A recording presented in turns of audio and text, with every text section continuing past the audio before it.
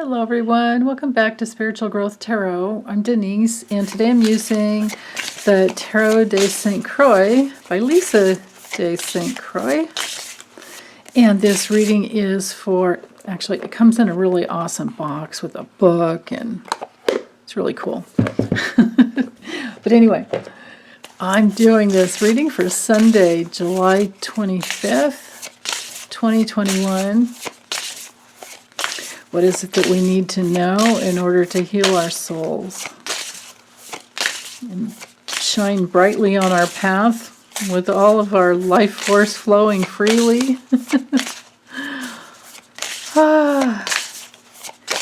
To be in happiness and bliss and pleasure, positive pleasure. What is it that we need to know? Okay. Ooh. I just heard 5 cards instead of the regular 3. Okay, will do. Page of Swords reversed. I hope I can fit them in. I'll raise the camera up if I have to. The Fool reversed. Maybe if I go like this. Yeah. The theme will be Judgment. Well, that's kind of cool because that's about, rebirth and being on our path, honoring our call. And the Sun, and 5 of Wands. Okay. Does that fit? Yeah, just barely. Okay, so like I was saying with the theme here, maybe do it this way. If they're, yeah. Okay. Sometimes I can't see clearly through this viewfinder. So with the Judgment here as our theme, this card, now in this artwork she's used she's used a lot of Egyptian art, but in the traditional tarot it has to do with rising above, the skeletons in your closet and rising up from the ashes, rising up, and I think that's what's going on here in this artwork. Yeah, so there's a type of scroll or like a book that's being spoken about. It looks like. You know what? Let me look in her little book and see if she's got something new on the Judgment card that I don't know about, because that's really interesting artwork here. And oh, that's the other thing too. This book is like it's all full color. You've got the whole 9 yards. So. Judgment is really a card about awakening to the truth. Yeah. What we believe is what we receive. That's the reason I had to look. What we believe is what we receive. That's priceless. Here you witness several scenes taking place in the cathedral it's in Siena, Italy. The man in the background kneels praying to the archangels. The man in the background. Oh, this dude back here. That little guy right there. Wow. Yeah, the stripes made me think that it was something Egyptian, but maybe it's not. So, okay. Believe, receive are the key words. That is her guidance for this card. So she's saying, so he's praying to the archangels. Does he fear them, or is he bowing to their beauty and grace? To the innocent child twirling a beam of sunlight. Oh, that's right here. And I can show you right here. I don't have to hold up the card. Right there. That's cool. Twirling a beam of sunlight. Twirling in a beam of sunlight. There is no elaborate morality, just the purity of the moment connected to all that is. Ugh, perfect. Under the child's feet spins the wheel of fortune. Standing above a mosaic Sibyl, my friend and mentor Carrie Paris experiences one of her teachings, the sacred gaze. Oh, maybe that's this person here. Oh no, right here. It's the gal right there. Get more light on it. There.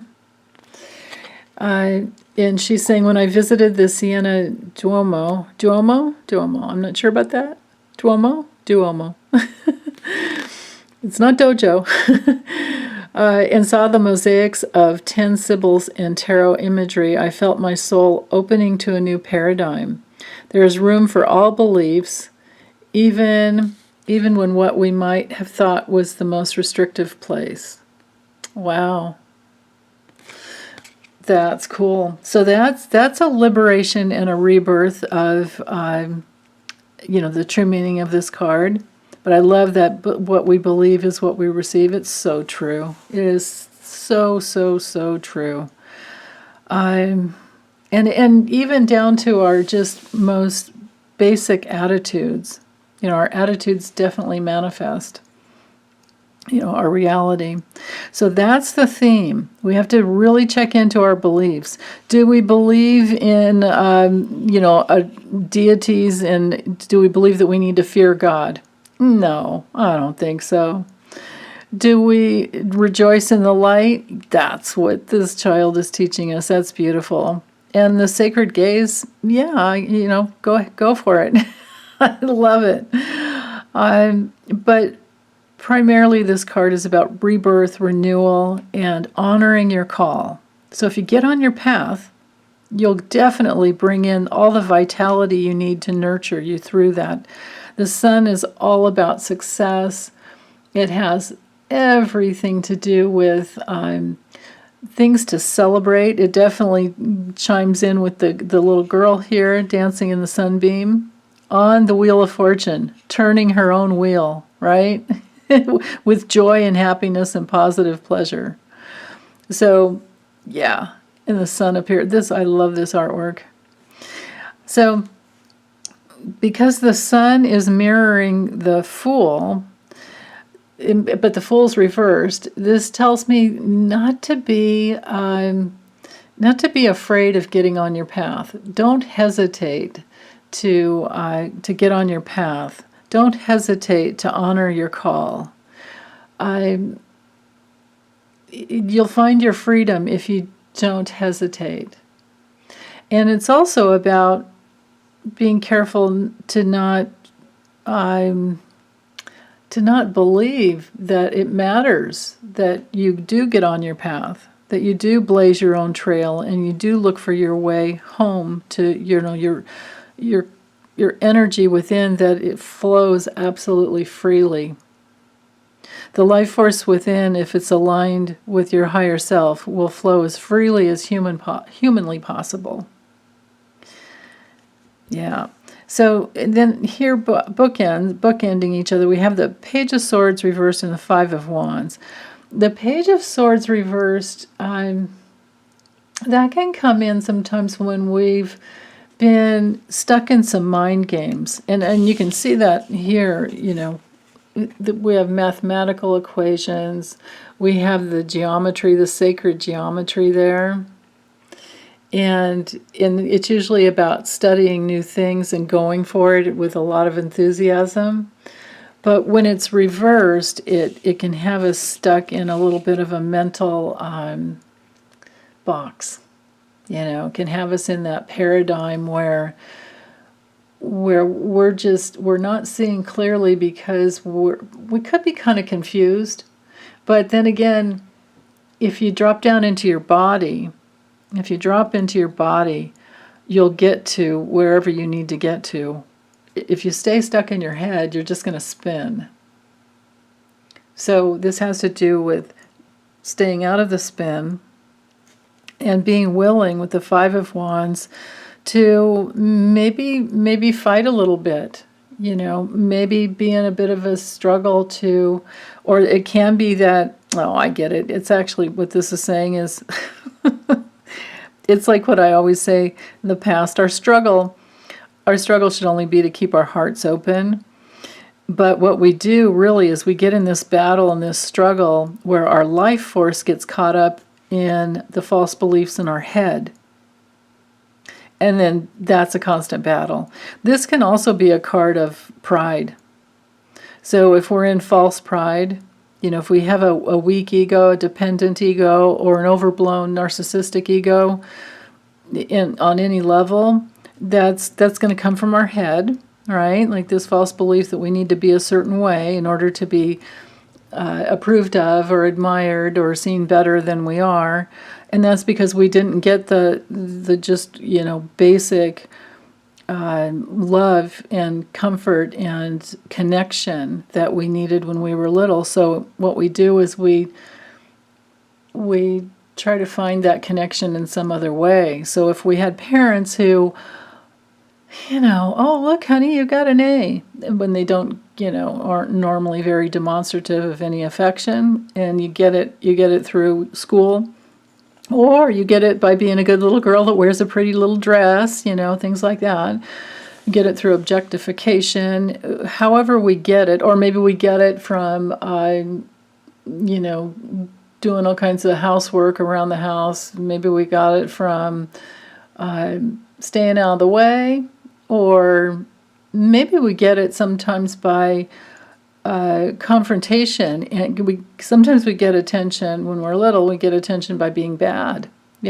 Bad, not really bad, but making some noise and speaking up, right? Like we would have in the Five of Wands here.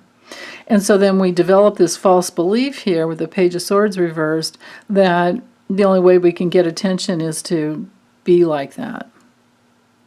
And then we have to break through all that to come through back home to who we truly are and shine our light clearly. So we don't want to, these two cards here together could sometimes be the fear of, the valid fear of not being on our path. And it could also be just a hesitation and the fear. The fear is not real, but we have good reason for it because it's been our experience in the past, right? I mean, we all know what that's like. But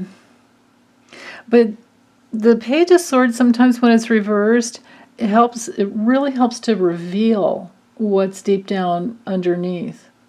It can be exposure sometimes. In other times, it can be health that's gone bad because the self-care hasn't been there. There's been too much of a struggle. And sometimes when we're going through health issues, we judge ourselves harshly. And I say health issue here because this can be, with the Fool reverse, there can be that negligence to self-care that needs to happen, right? I mean, we all learn the hard way. I'm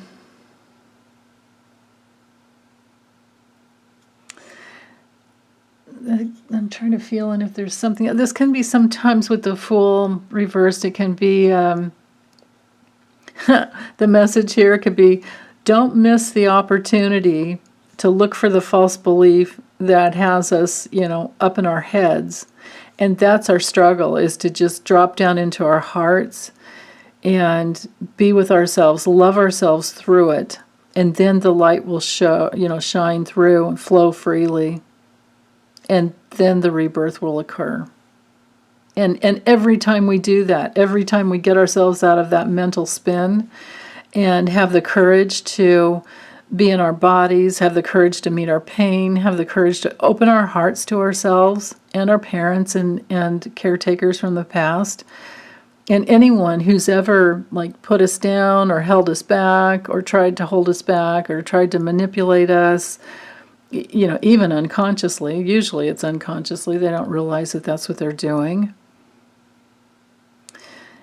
Any type of an ego clash that we've ever been in with anyone.